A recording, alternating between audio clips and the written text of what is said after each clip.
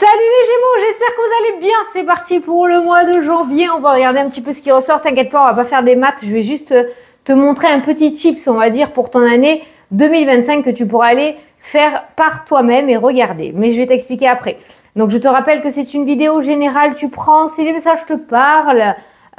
Sinon, tu pourras y retourner un petit peu plus tard pour voir si les événements correspondent à ce que tu es en train de vivre. Tu peux toujours aller voir la vidéo de ton ascendant ou de ton signe lunaire qui pourra t'apporter des compléments d'information ou de nouveaux messages. Hein, ça pourra faire un complément les 3 vidéos. Voilà. Alors, qu'est-ce que c'est-il que ça? Donc ça, c'est de la numérologie. On va pas faire de la numérologie. Je te donne juste une petite astuce. Pour ton année 2025, il faut savoir qu'on a un chemin de vie tout tracé qui se calcule par rapport à ta date de naissance complète, ton jour, ton mois, ton année. Et là, comme on rentre en 2025, tu peux voir en quelle année personnelle tu vas rentrer l'année prochaine. Et ensuite, tu vas sur Internet et tu regardes, tu mets année personnelle. Moi, par exemple, c'est le 9, donc 9 pour 2025 et tu as plein de sites gratuits. Je le répète, c'est gratuit, tu ne payes rien. Si on te demande de payer, tu fuis, tu cherches ailleurs. Et ça va te donner vachement d'informations en plus et en complément des vidéos. Alors, comment tu fais? Donc, moi, j'ai mis mon jour, mon mois et l'année 2025 qui est une année 9, ok? Donc, tu additionnes. Donc, 1 plus 5, ça fait 6. 1 plus 2, ça fait 3. Et 2025, l'année 9, donc ça fait 9. Tu additionnes les 3, donc 6 plus 3 plus 9. Ça arrive à 18. Tu réduis. 8 plus 1, ça fait 9. Donc, tu dois toujours réduire pour avoir un chiffre entre 1 et 9. Donc, moi, je rentre en année 9, d'accord? Pour l'année 2025 qui est une année 9. Et bon, on verra bien ce qui va se passer. Donc, toujours réduire. J'ai eu une question, donc du coup, maintenant, je peux y répondre. Il y en a qui sont tombés sur le 10. Donc, vous faites 1 plus 0. Ça fait 1. Donc, c'est année personnelle 1. D'accord? Je le dis parce qu'on me l'a demandé. Pour les maîtres nombres, alors on entend plusieurs choses, les avis divergent, ça va un petit peu dans tous les sens, je regarde parce qu'il y a un gros soleil d'un coup, j'espère que ça va pas trop illuminer. Le 22, le 33, tu l'additionnes pas, c'est des maîtres nombres, le 11 non plus. Alors moi j'ai appris qu'on ne devait pas l'additionner, mais le 11, tu peux le réduire à 2, 1 plus 1. D'accord? Ça peut être donc une année personnelle 2. Mais ceux-ci, ça c'est sûr, tu les additionnes pas. Donc, année personnelle 22, année personnelle 33. Ok? Voilà. Moi, j'ai appris que c'était 11, 22, 33. Ça se faisait pas, mais tu peux aussi aller chercher par rapport au numéro 2. Mais cela, tu le fais pas. 22 et 33, tu fais pas. Bon, je crois que j'ai bien expliqué. Tu peux aller sur le net et tu peux aller regarder. Alors, on va faire le petit tirage pour ce mois-ci. On va aller regarder le domaine professionnel, sentimental, financier, par rapport à tes projets et la petite surprise que te réserve ton mois de janvier. On va utiliser mon tarot, le Fanny Ferry Tarot qui est tout beau, tout neuf et qui est actuellement sur ma boutique Fanny Ferry que je te mettrai dans la partie commentaires. Donc, il a été spécialement conçu pour les débutants. J'espère que c'est pas trop flou, tu vois.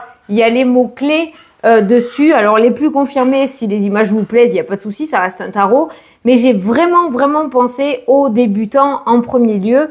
Donc, si il te plaît, tu peux le retrouver. Voilà. On va utiliser en premier temps les arcanes majeures pour prendre 3 cartes pour chacun des domaines et on complétera avec une arcane mineure. C'est parti. Alors, si tu veux accélérer, tu peux. Hein. Je te répéterai à chaque fois les domaines. Moi, je ne sais pas le faire. Allez, je me concentre. Les Gémeaux. Alors, domaine professionnel. On va prendre 3 cartes. Le domaine sentimental. 3 cartes. Si c'est pas un domaine qui t'intéresse, le sentimental, c'est aussi la confiance en soi, l'amour de soi, le travail que tu fais pour retrouver l'épanouissement, hein, d'accord? Alors, pour le financier, tu adaptes toujours les tirages en fonction de toi. Ça reste du général, mais par exemple, si tu es à la retraite et que tu travailles pas, le professionnel, ça peut être tes projets aussi. Ou ça peut être le fait de s'inscrire dans une association, quelque chose comme ça. Alors ça, c'est tes projets. Voilà. Et la petite surprise que te réserve ton mois de janvier. Alors, comme tu es le premier signe que je fais aujourd'hui, je vais juste voir si c'est bien cadré cette fois-ci. Que tu... Ouais, tu viens bien tout, c'est nickel. Allez, c'est parti pour le tirage. Je prends. Alors, tu me verras pas brasser parce qu'il y a toute la table, ça me gêne, mais regarde, tu l'entends au micro, hein, d'accord? Quand je vais prendre une carte des arcanes mineurs. Allez, c'est parti. Pour le domaine professionnel pour le mois de janvier, la roue tourne. Les événements... Oh, ben c'est bon. Parce que la roue, à elle toute seule, comment dire, t'as deux énergies, toi. Qu'est-ce que tu nous fais? La roue, il faut toujours regarder la carte qui est à côté, voir si elle tourne dans le bon sens, hein, bien évidemment.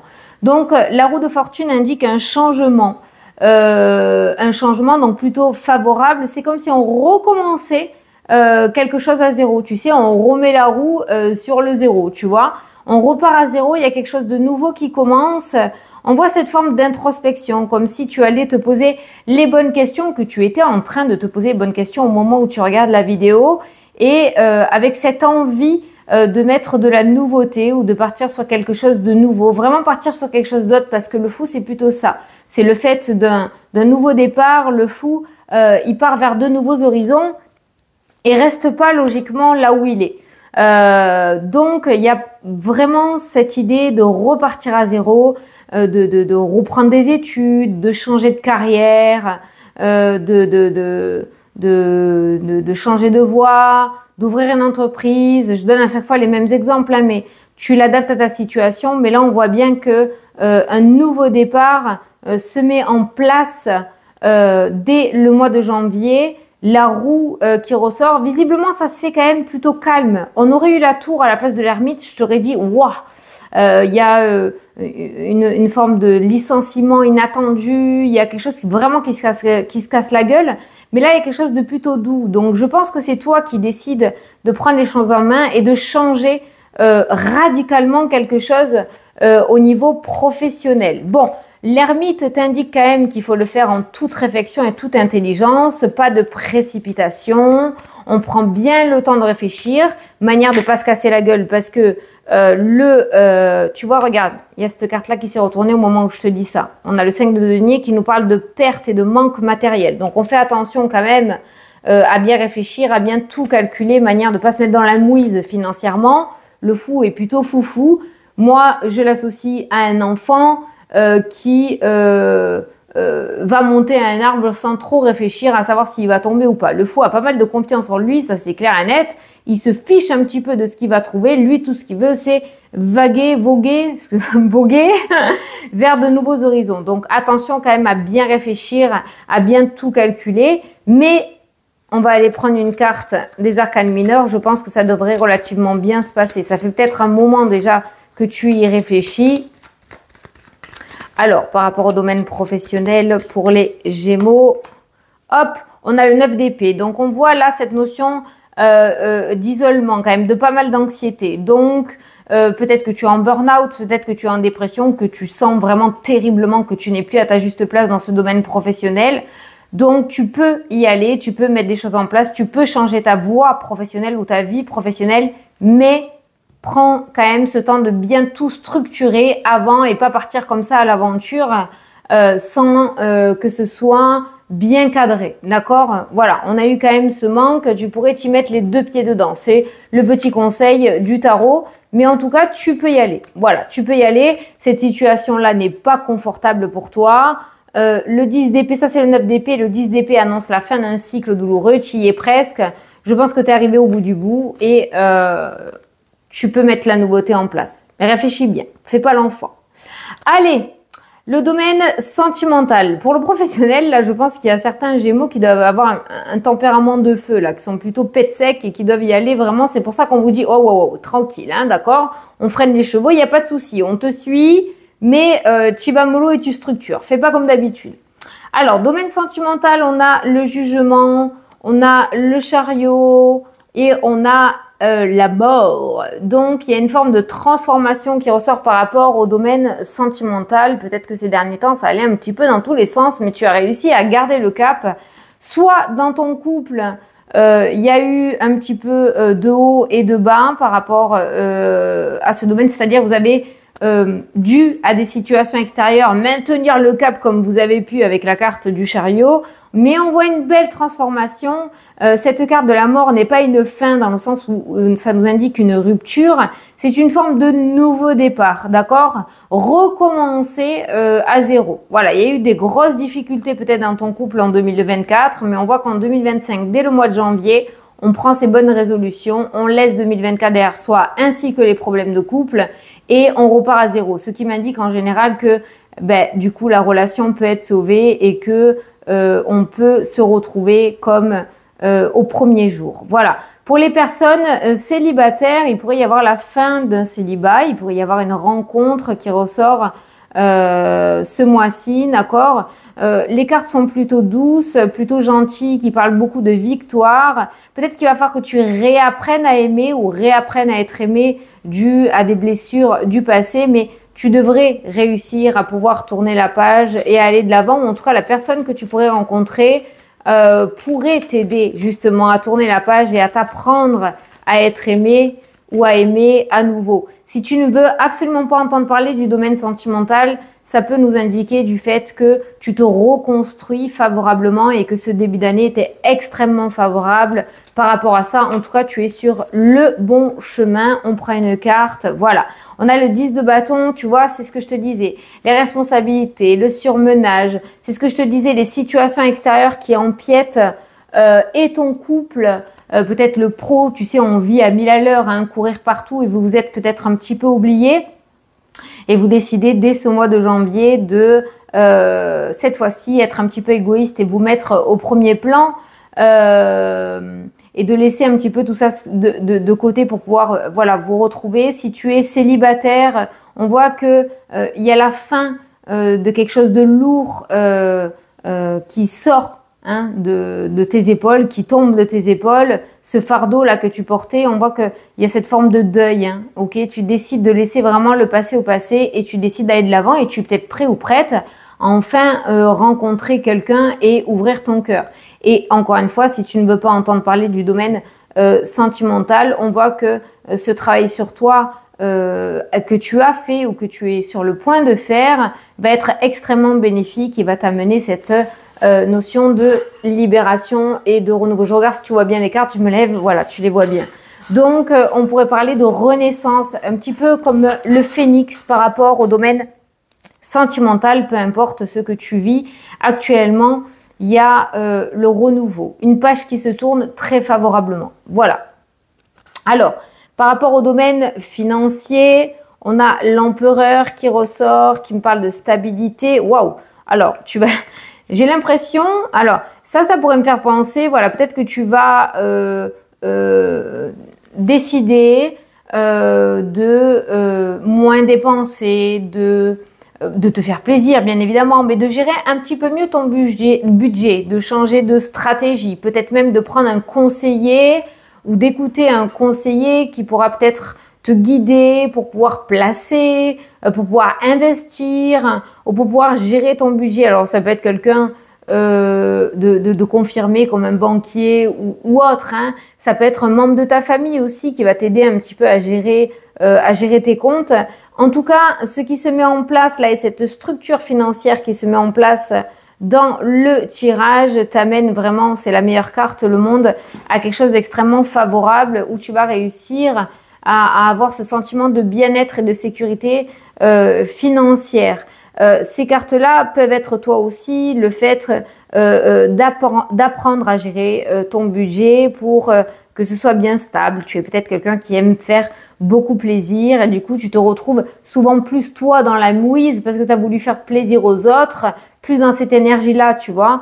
Et là, on voit que tu réussis à retrouver la stabilité. Alors, c'est peut-être toi qui dis, voilà, stop, je ferme les robinets maintenant. Je veux penser à moi et c'est à moi de recevoir. Il y en a marre que je donne. Un petit peu d'égoïsme, ça fait parfois du bien. Tu vas du coup décider d'arrêter de donner et accepter de recevoir et c'est tout à ton honneur. Ça peut être aussi par rapport à l'aspect financier, le fait de faire une formation. Tu vas peut-être dépenser un petit peu d'argent pour faire une formation. Alors attention, tu vas tomber sur quelqu'un de super par rapport à ta formation qui va t'apprendre beaucoup de choses, qui est très structuré, quelqu'un qui est droit, de fiable, peut-être quelqu'un un petit peu strict, mais ça sera bien pour toi, d'accord? On voit une très belle formation, moi je ressens une très belle formation, quelqu'un qui a l'amour du métier, de la formation que tu veux faire, et on voit que du coup ça va t'apporter énormément de choses là par rapport à ce domaine-là. Si tu veux investir, ne le fais pas tout seul ou toute seule, essaye de voir avec quelqu'un qui t'apprenne. Là je parle par rapport, tu sais, à la crypto ou les trucs comme ça, tu vois, voilà. Donc, si tu veux investir, essaye d'en parler avec un conseiller, avec la banque ou quelqu'un qui s'y connaît, mais ne fais pas seul par rapport à des tutos que tu peux voir sur les réseaux. Allez, je te prends une petite carte. En tout cas, il y a un investissement que tu vas mettre en place ce mois-ci et qui est plutôt favorable pour la suite avec la carte du triomphe. C'est pas un investissement négatif, c'est au contraire très positif, notamment même si tu fais une formation. Alors, qu'est-ce qu'on voit? Eh bien, voilà, on a le 7 de denier. Alors, on a la patience qui ressort par rapport à ça, dans le sens où, moi, ma mère, elle m'a toujours dit, même un franc à l'époque, un franc par un franc par un franc par un franc, ça fait 100 francs. Et c'est ce qui ressort avec ce 7, j'aime bien ce mot franc. Ce 7 alors, pour ceux qui ne connaissent pas, hein, c'est l'ancien sou, hein, maintenant c'est l'euro. S'il y a des jeunes qui regardent, je pense que tout le monde connaît. Le 7 de denier, c'est cette notion de patience et de persévérance. Tu sais, c'est le fait de faire grandir ton petit pécule. Donc, tu vas peut-être mettre 10 euros de côté ce mois-ci qui vont te rapporter 100 euros en fin d'année, j'en sais rien. Mais on voit quand même, tu vois que l'investissement il y aura un retour sur investissement dans ce domaine-là. Alors, par rapport à tes projets, tu as le diable qui ressort. Elle est sortie pour beaucoup de personnes et à la même place, hein, quand même, hein, cette carte-là. On voit cette notion de chaîne qui ressort, le fait d'être bloqué. Alors, par rapport à tes projets, on voit que tu te poses énormément de questions avec la carte de la lune. Il y a ce projet-là qui ressort avec la papesse qui te dit d'écouter ton cœur et ton intuition. La lune, c'est aussi l'intuition, d'accord? Mais j'ai l'impression que tu te brouilles l'esprit, qu'il y a beaucoup de peur par rapport à ces projets-là et que tu restes dans cette zone de confort à te dire, bon, je veux pas prendre de risques, j'ai trop envie, mais j'ai pas envie de prendre de risques. Tu vois, il y a ces deux énergies qui ressortent. Bon, on te dit pas non, on te dit pas oui, on te dit juste d'écouter ton cœur et ton intuition. Quand les cartes ressortent comme ça, c'est que il y a que toi qui peux prendre cette décision. En tout cas, on voit, tu vois, cette peur de perte. C'est ce que je te disais, hein, la peur de regretter par rapport à ces projets, la peur de se dire que tu prends la mauvaise voie, que tu te trompes. Alors, est-ce que finalement, le projet de certains Gémeaux là qui regardent est favorable ou pas? Ou est-ce que c'est le bon moment? Surtout, peut-être que si tu es dans cette énergie-là, c'est pas le bon moment. Pour l'instant, on nous parle de conflit, on nous parle de tension. Alors, ça peut être à l'intérieur de toi. Je pense que c'est surtout toi qui n'es pas prêt ou prête. C'est pas pour rien que j'ai sorti le bon moment. En aucun cas, on nous indique pour l'instant que ton projet n'est pas viable ou faisable, mais peut-être que tu n'es pas assez dans la confiance ou peut-être que c'est pas assez structuré. Il y a encore des zones d'ombre, il y a encore pas mal de choses à éclaircir. Donc, ce mois de janvier, par rapport à tes projets, c'est peut-être pas le bon moment pour les mettre en place. Tu peux continuer à les mûrir, ça c'est le petit conseil avec la carte de la lune qui est ressortie dans le sens où tout n'est pas encore structuré, il manque encore plein de choses, donc continue à bien le mûrir, à bien le réfléchir, à l'écrire, à bien structurer ton projet. Une fois que ça sera fait, ça se trouve en février, tu pourras te lancer. Mais là, c'est le petit conseil. Pour l'instant, c'est trop le beans dans ta tête, ça va dans tous les sens. Il y a trop de blocages aussi émotionnels qui ressortent, il y a trop de peur. Et c'est à cause de cette énergie que tu pourrais justement te planter. Donc d'abord, réfléchis, pose-toi, écoute ton cœur, ton intuition. Instruis-toi aussi, va chercher sur les réseaux, dans les livres. Je ne sais pas ce que tu veux faire, hein, mais en fait d'abord structure. Voilà, structure et tu verras après par la suite peut-être que ce diable et cette lune vont sauter et on aura cette notion de confiance. Mais pour l'instant il y a trop de peur et tu te mets trop les bâtons dans les roues. Ce n'est pas grave, ne sois pas trop dur envers toi-même. Et quelle est la surprise que te réserve ton mois de janvier? On a l'étoile, on a l'espoir, on a l'équilibre, on a la justice. Waouh! On a la justice divine là qui ressort hein, dans le jeu. Ne t'inquiète pas. le bonheur arrivera aussi pour toi et dans ta vie. Est-ce que tu les vois ces trois cartes-là? Ouais. Le bonheur arrivera aussi pour toi et dans ta vie. Donc la petite surprise, c'est que l'univers te dit, voilà, je suis là. Je fais comme je peux pour maintenir un équilibre ou essayer de maintenir un équilibre dans ta vie. Je serai toujours là pour rattraper tes conneries. C'est comme ça que je le ressens. L'abondance est là aussi. Tu es très aimé. Du monde invisible, j'ai envie de dire, on l'est tous, hein, il n'y a pas de préféré, mais c'est le message qui est ressorti pour toi dans le sens où ben, tu n'es pas oublié, on est là, ne t'inquiète pas, d'accord? Il y a peut-être des expériences que tu devais vivre pour pouvoir justement être plus serein ou sereine, mais cette étoile nous indique quand même la petite surprise, c'est que ben, il y a un espoir qui renaît, un équilibre qui revient dans ta vie, l'amour et cette notion de croissance et de créativité. Tu te sens mieux, il n'y a plus ce fardeau qu'il y avait dans l'année 2024, tu te sens plus léger et plus légère et ton étoile est bien là pour te protéger. Tu as une très belle étoile au-dessus de ta tête, elle t'apporte beaucoup de choses, alors serre-toi-en et écoute-la. Moi, je pense que tu as vécu quelque chose de très dur, hein, parce que là, on voit beaucoup de conflits, de difficultés, on voit qu'il a fallu que tu batailles contre certaines personnes ou contre toi peut-être par rapport à une énergie que tu as. On voit qu'il y a cette notion de lourdeur et de fardeau que tu portes peut-être depuis des années. On voit cette notion d'anxiété et d'isolement qui ressort aussi, à part le domaine financier. Mais tout ça, je pense que tu vas rentrer en janvier encore avec une énergie de 2025. Mais c'est en train de changer, tu vois, la roue qui tourne, le fou, on a sorti aussi. On a des choses qui changent et je pense que ça pourrait provenir du domaine professionnel qui déterminera la suite. Mais tu as beaucoup de cartes de changement et de renouveau quand même. Alors une petite carte d'arcane, voilà. On a la joie, on a les festivités, on a l'amitié, on a cette notion d'harmonie. Voilà la petite surprise que te réserve quand même ce mois de janvier.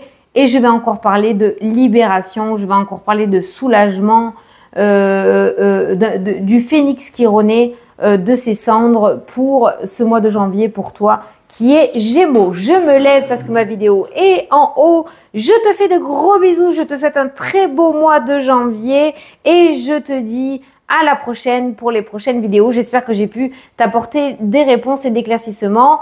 À la prochaine. Gros bisous et bon mois à tous. Salut, salut!